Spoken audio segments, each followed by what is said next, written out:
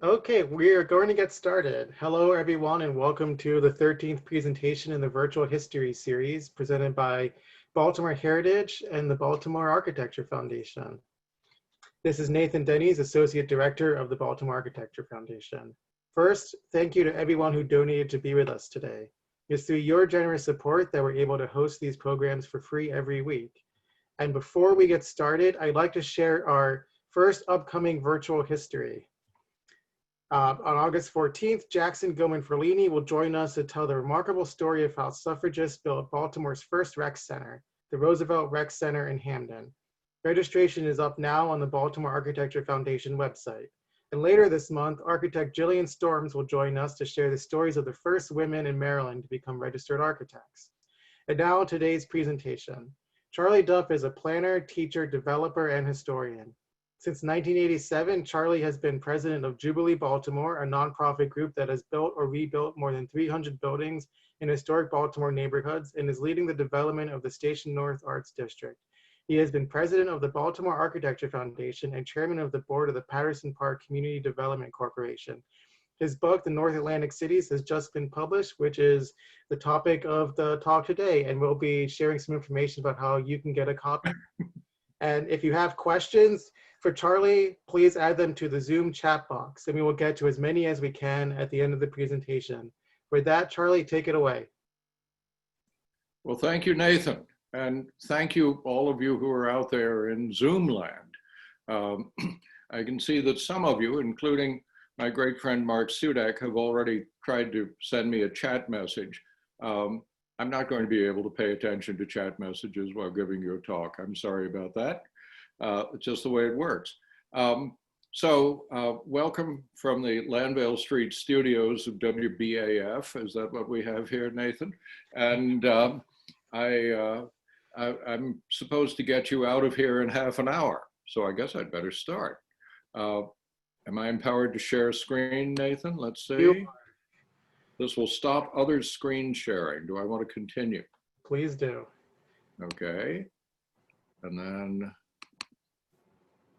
okay, we have our slideshow. We'll start. Okay, we're good to go. Well, this is a talk called The Row House as Classical Architecture. And in case you don't have an eye for classical design, this is a great classical typeface that was created in the middle of the 18th century in Birmingham, England by a guy named Baskerville. It's called Baskerville Old Face. I have an old face myself, and so I like Baskerville. And it's a good classical way to begin a talk about this topic. And this is one of the many stories that come out of my little book, The North Atlantic Cities. You know, any story is really made up of a lot of smaller stories. The Iliad and the Odyssey, War and Peace. War and Peace is at least two stories. What about war? What about peace? And the North Atlantic Cities turns out to have a lot of stories embedded in it, one of which is the row house as classical architecture. Well, classical architecture, we all know, means the architecture of Greece, ancient Greece, and ancient Rome. And most of the buildings that have survived from ancient Greece and ancient Rome, and all of the buildings that were known before the excavation of Pompeii late in the 18th century, were big. They were big enough to survive everything the barbarians and the weather could throw at them, like the Pantheon and the Parthenon. You'll be quizzed on which is which. They were big. And so, not surprisingly, when most people think of the revival of classical architecture, they think of big buildings with columns and architraves and, you know, metopes and triglyphs and all kinds of wonderful terms, but big. And we Americans certainly did them in Washington, a little bit to the south of us, in Philadelphia, a little bit to the north of us. When you think of classical architecture, you usually think of big buildings, and that's true whether you're thinking of ancient buildings or of their more modern, not quite replicas, but more modern buildings that have been influenced by the architecture of ancient Greece and ancient Rome. And this is true even when it comes to residential architecture. When you think of classical buildings, or that is to say modern classical building from the Renaissance on, that are houses, you don't usually think of small houses. That's about as small as it gets. Palladio's Villa Rotonda outside Vicenza, or this house by America's foremost follower of Palladio, Monticello in Charlottesville. So we all think that we know what classical architecture is. It has columns, it has pediments, if possible it has domes, and it's big. It's big. It's like the Parthenon, the Pantheon, Monticello, the Lincoln Memorial. It's big. And it's usually expressed in buildings that stand alone. That's true of the ancient buildings like the Pantheon, and it's true of the more modern buildings like Monticello. And when you think of classical architecture, if you're anything like me, at least 10 years ago, row houses don't immediately pop into your mind. That really doesn't look like the Pantheon. That is what I see when I walk out the front door of my house here in Landvale Street in Bolton Hill. And it's nice, but it doesn't look like Pantheon, Parthenon, Lincoln. And it doesn't look, like our standard version of classical architecture, which derives from temples. But here's the story of how the row house becomes classical architecture. It wasn't born that way, but it became that way. It achieved classicism. And the effort begins with this man, Leon Battista Alberti, the classic Renaissance man, the man who could do everything. And one of the many things that he could do was architecture. Leon Battista Alberti worked as an architect in the middle of the 1400s in and around Florence, and did all kinds of other things, but he also did architecture. And he was the first person who really got it. He's the first person who really understood classical architecture as an architectural language. And he wrote a big, long book, the 10 books on architecture, in which he explains how classical architecture is a system. And it's possible for classical architecture, when you design it as a system with a lot of rules, to be kind of dry and kind of dull. Not Alberti. Here's the Church of San Andrea in Mantua, which is real, I think of as the dress rehearsal for St. Peter's in Rome. This is about 1460. And it's 100 years before most of what we see in St. Peter's. It is the most astonishing thing. What's classical about it? Well, what isn't? Does it look like an ancient Roman church? No, the ancient Romans were pagans. They didn't have churches. What it looks like is one of the imperial baths in Rome, capped with a dome like the dome of the Pantheon. And this is a place of unexampled grandeur in the middle of the 15th century. So Alberti has proven his classical chops. And it is Alberti who builds the first classical house. It's in Florence. Here it is, Palazzo Ruocco, built for a fellow named Ruocco, who was the father-in-law of Lorenzo the Magnificent. This is the first classical house in the Renaissance. What is it that makes it classical?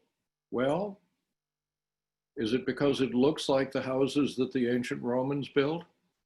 It doesn't look anything in the world like the houses that the ancient Romans built. We know that because we've excavated Pompeii. But Alberti didn't know that. He lived 300 years before Pompeii was discovered. Alberti had no idea what the houses of the ancient Romans were like. But he knew what modern Italian houses were like, and he knew what the great monumental buildings of the ancient Romans were like, and he put the two of them together here at Palazzo Ruocco. Structurally, it's not that different from any other big house in Florence in the middle of the 1400s. But decoratively on the outside, it is classical architecture with columns and architraves, and not just, and look at that cornice, look at the cornice at the top. And he's not just imitating any theoretical classical building. He has a very specific classical building in mind, and it's about the grandest, biggest classical building we know of.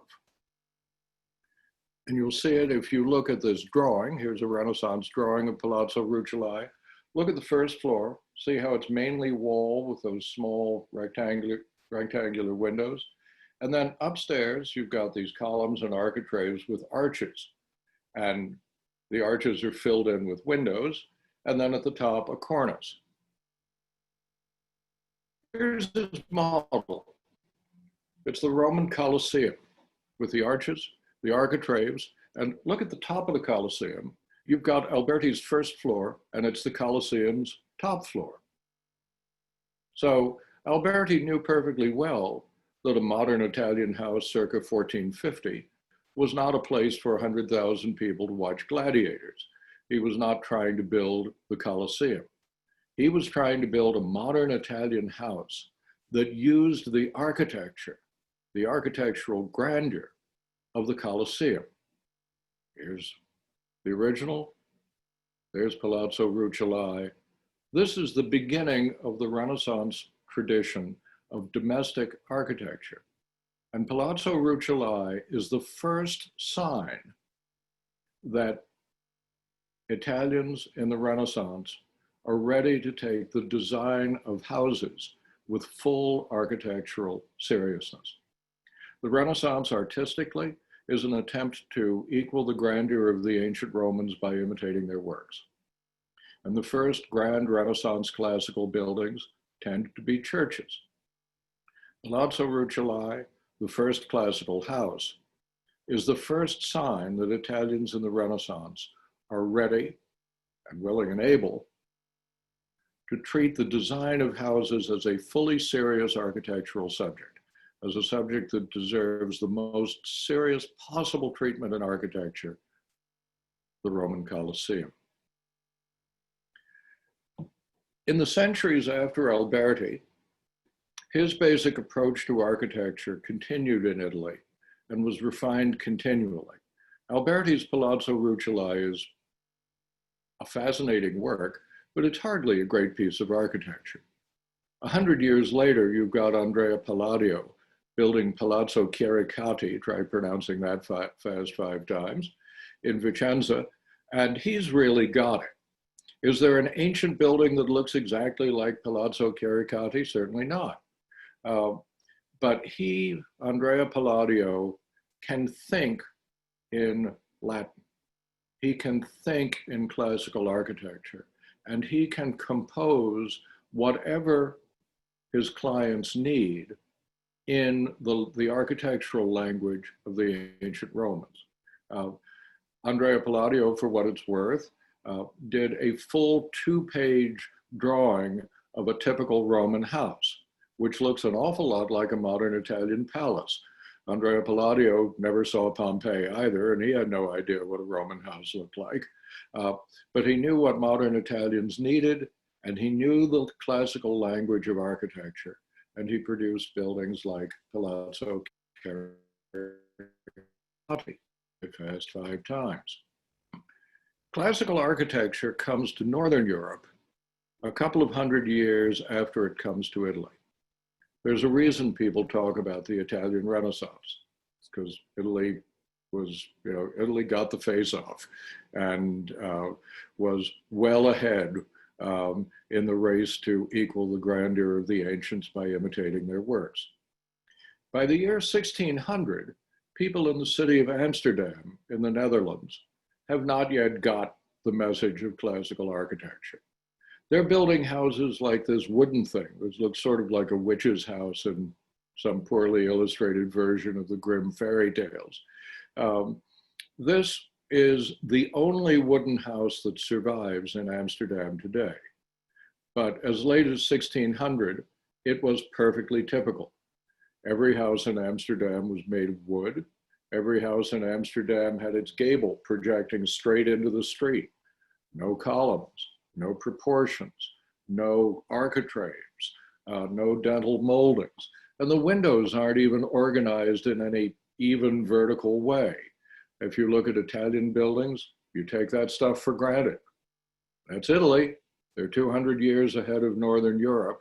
And by 1600, even the great city of Amsterdam has not yet heard the music. Italy got the face off, and Northern Europe just had to play defense for a long time. Nonetheless, it was the Dutch who invented what we think of as the row house. And they did it by turning this into classical architecture without blowing it up to the scale of a palace. And that's a trick. Nobody had ever figured out how to do that. Even the Italians were no good at that. And the man who does it is this fellow. His name is Jacob van Kampen. And in this picture, he looks like one of those portraits by Frans Hals of people who drink a little too much when the painter's not around.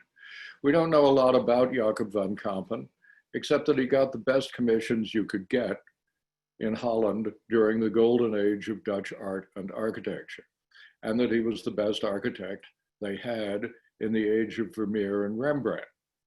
This is the age of Vermeer and Rembrandt. The Dutch are the most sophisticated connoisseurs of art and design in Europe. Jacob van Kampen is their prime architect. He is the fellow who brings proper classicism to the Netherlands, and he does it like this. I don't know how to speak loudly about this building. This building is so simple, it is so perfect, it is so grand and yet so homely. It's pointless to try to say anything about it.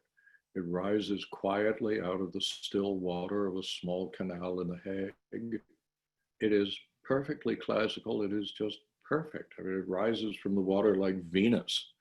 And if you think about what happens when you try to do a house in a classical way, and you haven't discovered Pompeii yet, what you are trying to do is to build a building that will keep you warm in the winter, but will still have the kind of columns that you find in a Greek temple or a Roman temple, which will not keep you warm in the winter. So you get what architectural historians refer to as an ambiguity, and you can see that here. You've got both columns and wall, and you look at it and say, I wonder which he built first. Did he build the wall first, like baking a cake, and then put icing columns on it? Or did he build a temple and build the columns first and then wall in between them? There's an intentional ambiguity.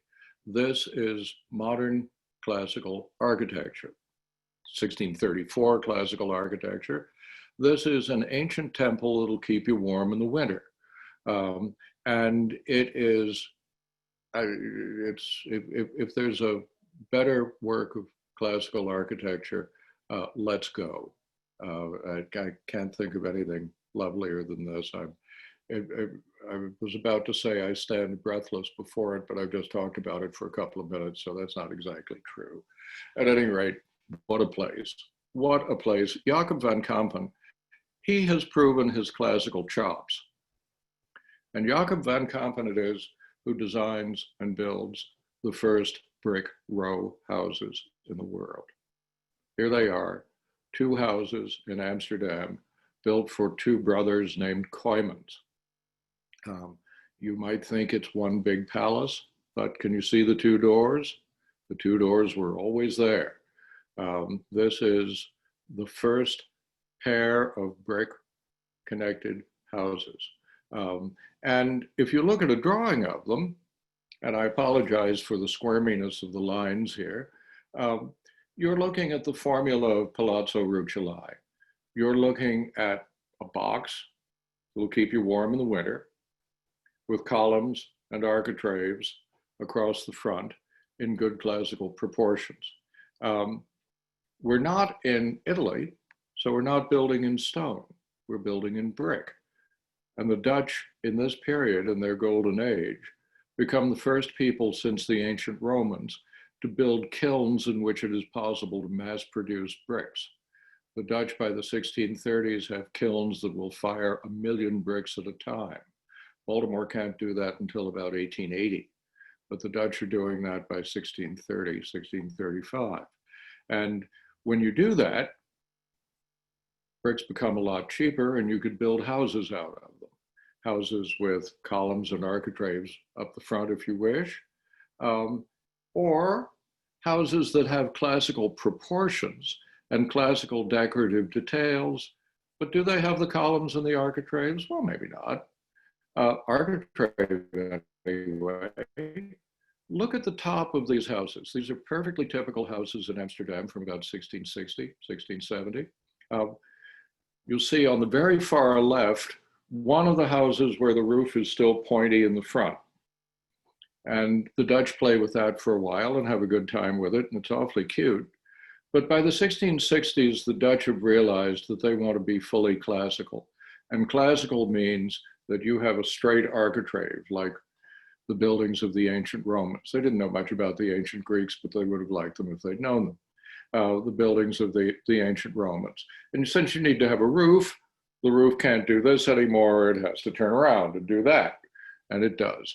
And you have columns beside the doors. You have classical swags beside, look at that house in the middle with those three big windows on the second floor, classical garlands and swags coming down.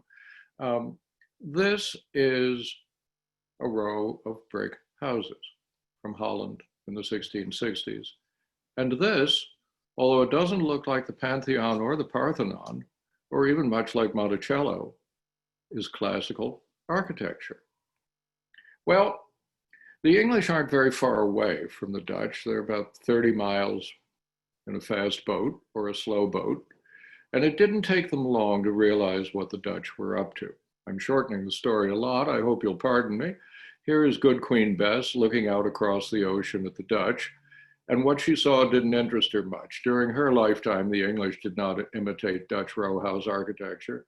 But don't blame her. The Dutch hadn't invented the row house yet by the time she died in 1603. England, however, had the ancestors of row houses, just as Amsterdam had the ancestors of row houses. And we saw the last surviving wooden house in Amsterdam. There are no surviving wooden houses in London. And if they all look like this is London in about 1600, you can see why they didn't survive. These are proto-row houses. They're vertical houses, and my house is next to your house. And they're tall. These things are 5 stories tall, but they're shacks. If normally you think of a shack as just 1 story or something like that. Can you have a 5-story shack? Well, you sure could in London in 1600. These are 5-story shacks. You'll see that there's an alley between these 2 houses. And you may be able to see at the 3rd floor level what looks like a log running across the alley from one house to the other. Can you see that? You know what that is? It's a log. It's a log running from one house to the other. Why on earth would somebody stretch a log across the alley? And the answer is to keep their houses from falling down. And when you look at these 5-story shacks, you can understand why people would have gone to the trouble of hauling a log up 3 stories and stretching it across an alley. London was miserably built. It was made of wood and plaster. Wood rots. Plaster, can you imagine exterior plaster in a damp, cold climate like England? Knock yourself out. Great thing to imagine. If you're really rich, and you like maintaining classic sports cars and racing sailboats, you can maintain a house made out of wood and plaster in the climate of London. But nobody was really rich by modern standards in London in 1600. London was a 3rd world city. And it was a mess. It was an unspeakable mess, not to mention what happens when you get 250,000 people together without a sewer system. They say that you could smell Shakespeare's London from 25 miles away. Glad I never had the pleasure. So this is where the British have to start.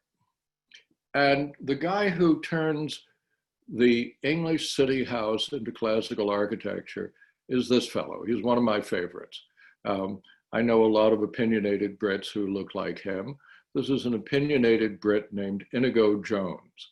And if he were a modern opinionated Brit, he would probably be holding a racing form. As it is, he's probably holding the design of a building.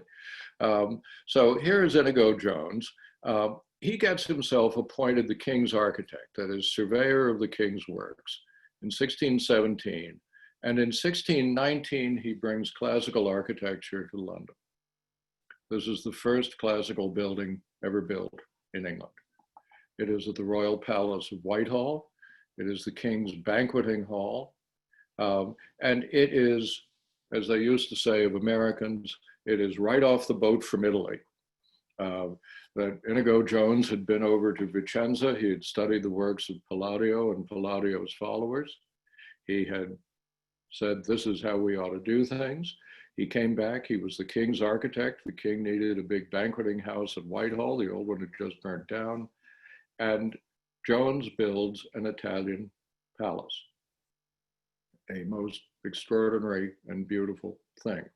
The windows are enormous by Italian standards. Italy is a hot climate and the sun is not necessarily your friend. England is a cold climate and it rains a lot. And if you can get the sun indoors, you do. Here is Indigo Jones's interior from the banqueting house of Whitehall. This is built in 1619. Fancy English interiors in 1619 were still paneled in oak and they were really dark. Indigo Jones's banqueting house must have looked like a spaceship landing in the middle of Westminster. Nobody knew what to make of it. They didn't even imitate it for 40 or 50 years. It just tripped their breakers. It was the most astonishing thing. But King James I liked it, and his son, King Charles I, who came to the throne in 1625, liked it enough to make Indigo Jones what we would call the dictator of London development. There was a royal proclamation and an act of parliament that created a building code and put Indigo Jones in charge of enforcing it.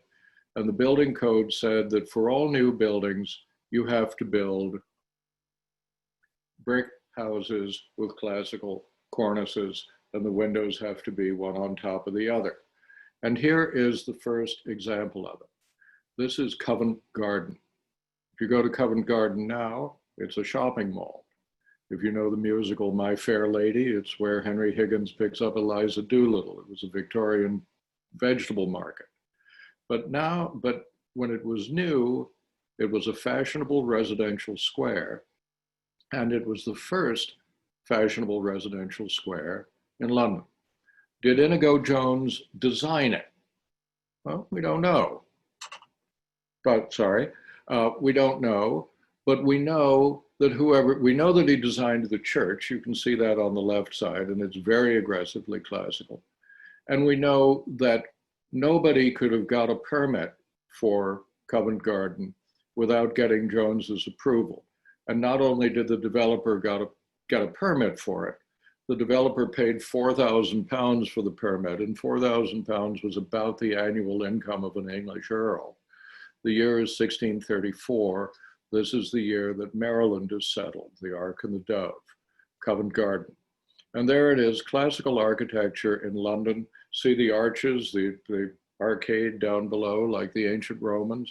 And then these brick houses up top, like the Dutch, with their classical cornices. And from then on, London knows what it wants to do. And London becomes a city of squares bordered by row houses. This is St. James Square, which has begun in 1662. And the houses that surround it are the houses of the greatest noblemen in England. But they're not palaces. They're brick row houses. This is really not Italy. And they all have these flat cornices. And if they have details around their windows and their doors, the details around their windows and their doors are modeled on the details of ancient Roman buildings. Squares everywhere. Grosvenor Square, London becomes a city of squares surrounded by classical row houses. And the lead in London is taken by the rich. St. James's Square is right next to the King's Palace. Grosvenor Square is not far away. It is the rich who bring classical architecture to the scale of the row house under the guidance of Indigo Jones and his followers. And here on a nearby square, Lincoln's Inn Fields, built in 1640, is a house called Lindsay House. And this, I suggest, is the Palazzo Ruocco of London. This looks rather like a small palace. It is the symbol that the English are now willing to treat the design of houses, city houses, with full architectural seriousness, with columns, architraves, urns, all manner of things. Lindsay House, 1640, perhaps designed by Jones himself, we do not know. And the sign that the nobility and gentry of England have decided to build classically in London. Is it a row house or a palace? Well, it's both. And ironically, well, one of these two houses is Lindsay House, or one of these four houses. Two of these four houses are Lindsay House. Even though the drawing made it look like a freestanding palace, it never was. It was built into a row, and by 1830, when this picture was made, it had been divided into two row houses, and it still is. Lindsay House is the one on the right. The one on the left looks very much like it. You know, row houses tend to look like each other. And if you've got a good-looking neighbor, why not copy them? I have a good-looking neighbor. I wish I could copy him. He's better looking than I am. Oh, well, can't win them all. But that's the rich. What about the rest of London? Well, the oldest part of London, the part with five-story shacks, didn't change very much during these years. And then on 3 nights in 1666, it changed completely. This is the Great Fire of London. London burnt down over a period of 3 nights, the old city. The Fire of London destroyed 14,000 houses, 101 churches, 42 guild halls, and St. Paul's Cathedral. The large building you see in the middle of the flames is St. Paul's Cathedral. And according to eyewitness testimony, when the roof of St. Paul's collapsed or caught fire, the lead melted and molten lead ran down the streets. Glad I wasn't in the way. It took London 3 days to burn, and within 7 weeks, Parliament was considering a rebuilding ordinance that said, if you're going to build in London, this is how you have to build. And guess what the standards were? They were the standards that Indigo Jones had stolen from the Dutch and applied to the neighborhoods of the nobility and gentry. Jones by this time was dead, and it took another great architect to make all this stuff happen. He is Sir Christopher Wren. Here he is. Every architect I've ever known wants to be associated with money. Christopher Wren is the only architect I know who actually is money. Here he is on a piece of English money, a 50-pound note. And in the background is St. Paul's Cathedral. The old one burnt down. Sir Christopher designed a new one. Took 60, 70 years to build, as cathedrals do. And I think you will agree that Sir Christopher Wren has proved his classical chops with St. Paul's.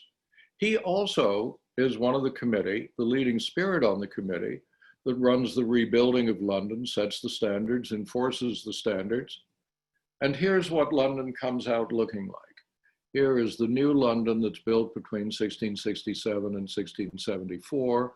And if you could flood that little street, you would think that you were in Amsterdam or Leiden or Delft. London has come back as a city of brick row houses. If you look at the houses on both sides of this street, look up at the top. There you have them, cornices taken right off the temples of the ancient Romans.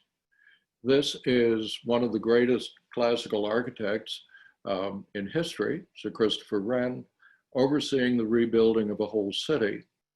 And I think we're beginning to see that by now, people like Christopher Wren, people like Indigo Jones, people like Jacob van Kampen think of the brick row house as the residential version of classical architecture. And here is the picture that really says it all. Here is Wren's great dome of St. Paul's overlooking the new city of London.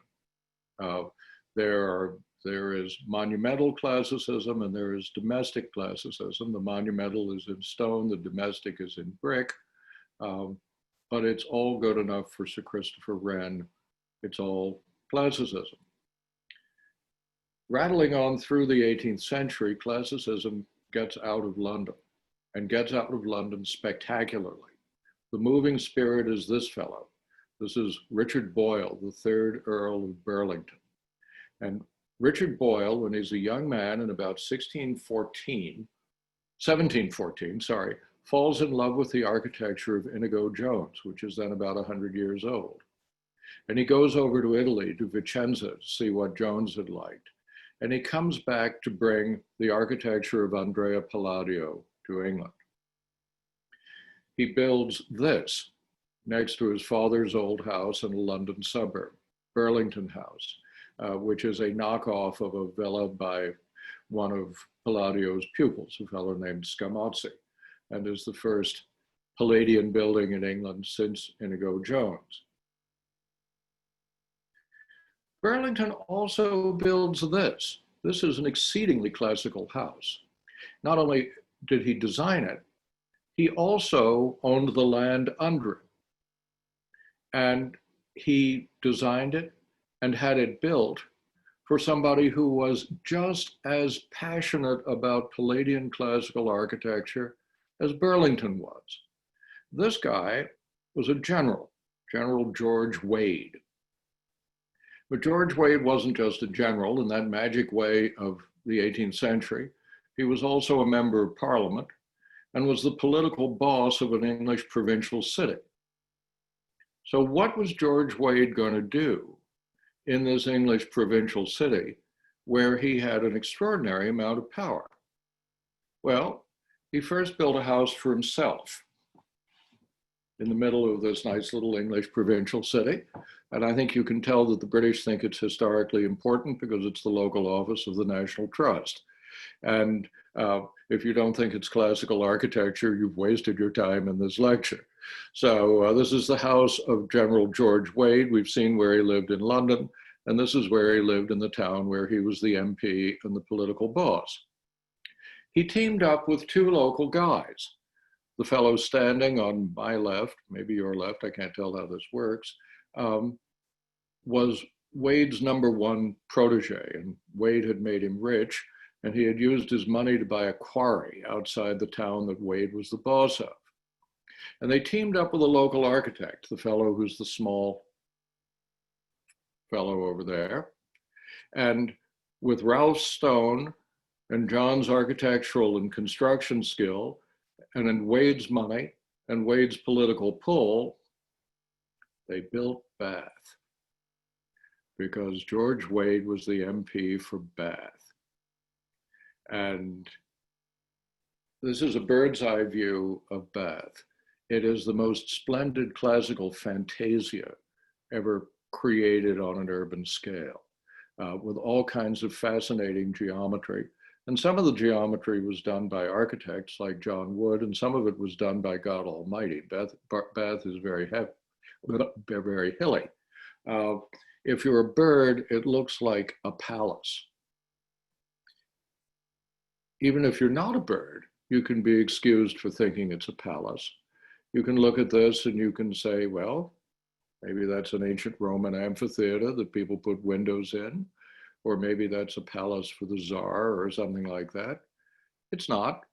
This is a circular row of houses. Every 3 windows, you get a different house. Each of these houses is about as big as my house here in Bolton Hill. Not an enormous house at all. And if you walk another couple of blocks, contemporaries agreed that what John Wood, the architect, had done was to take the theater of Marcellus and turn it inside out and make the circus in Bath. We can do more on that later. Let's go to Bath when the pandemic is over. I love Bath. And you walk another couple of blocks and you come to this. And again, if I told you that the Tsarina Catherine the Great had commanded this palace to be built on a sloping piece of land 10 miles outside of St. Petersburg, you'd probably say, okay, yeah, okay, I believe that.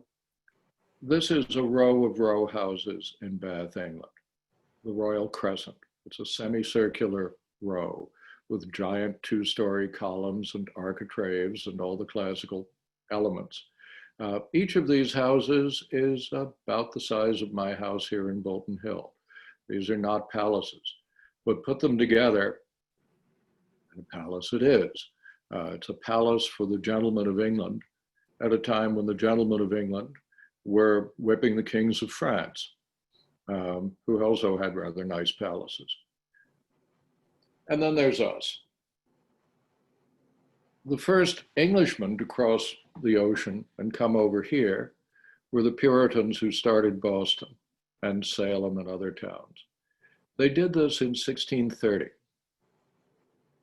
Covent Garden was finished in 1634. The people who built New England had never experienced the classical revolution of building in England.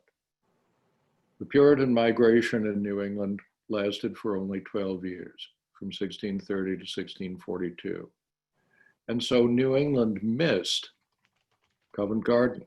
It missed Lindsay House. It missed Indigo Jones and Christopher Wren. New England missed classicism. This is a typical big house in New England.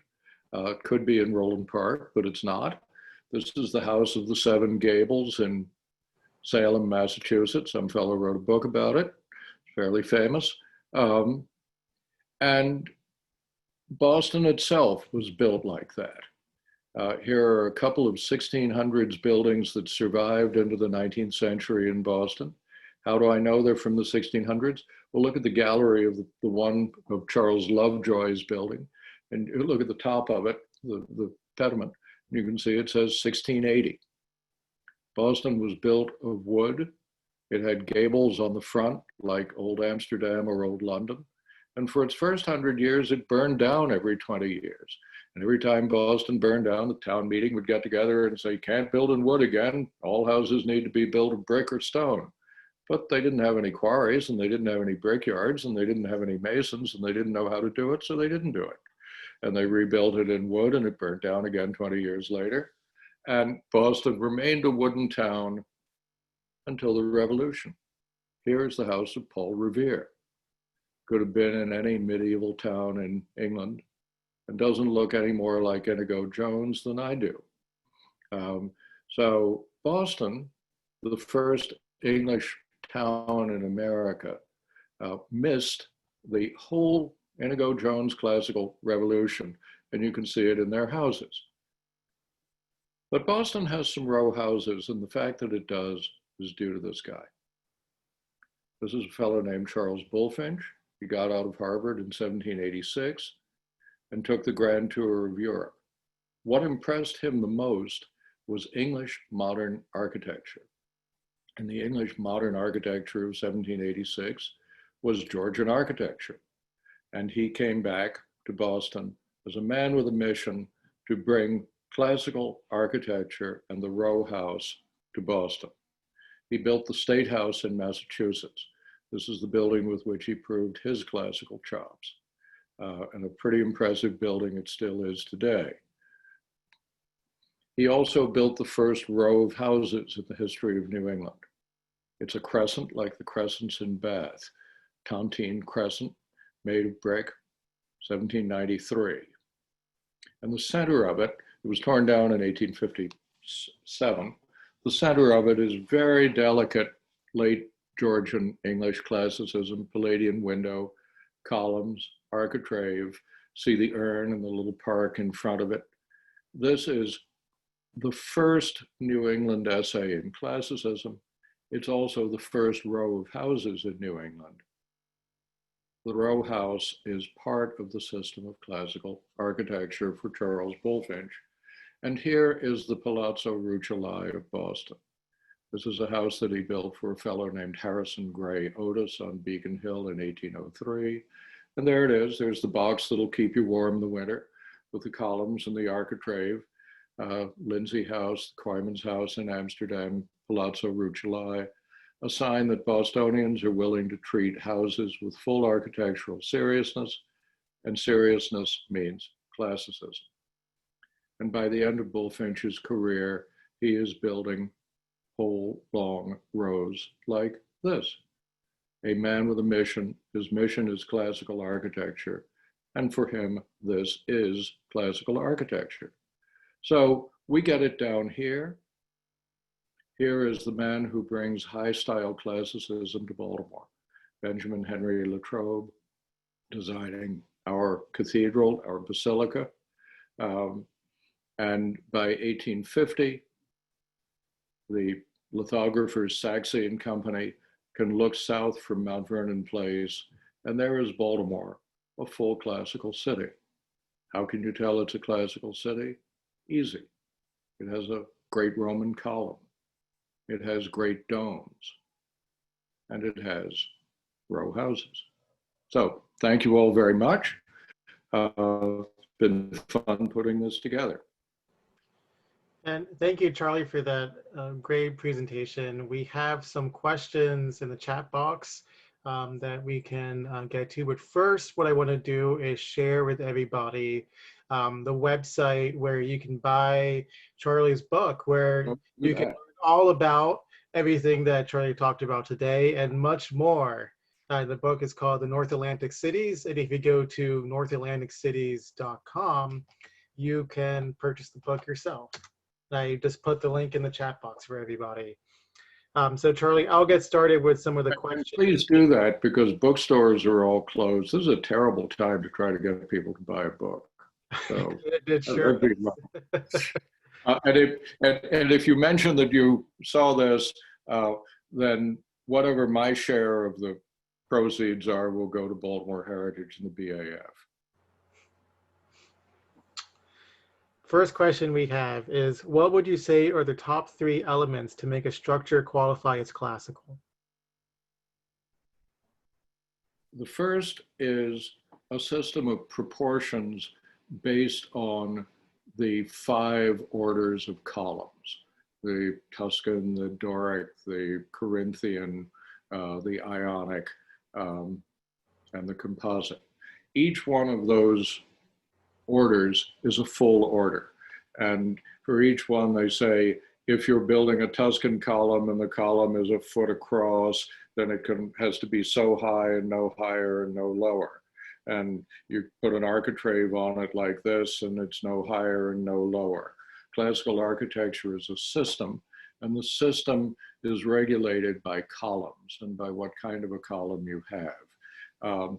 And so that leads to the second thing, which is classical architecture emphasizes proportion.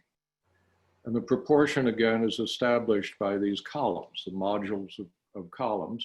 How far does one column have to be from each other? Well, there are rules for that. And then the third thing is you can do this without having columns. You can have the sense of proportion, the system of proportion, without actually building columns. You can just have a wall, and it can have the proportions that you would have if you had columns. And it'll have the architrave or the cornice that you would have if you had columns.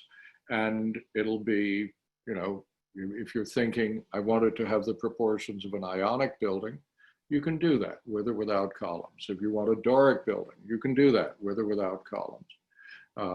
And you'll get different results. If you're thinking Corinthian, your building will be tall and graceful. If you're thinking Doric, everything will be sort of squat and powerful.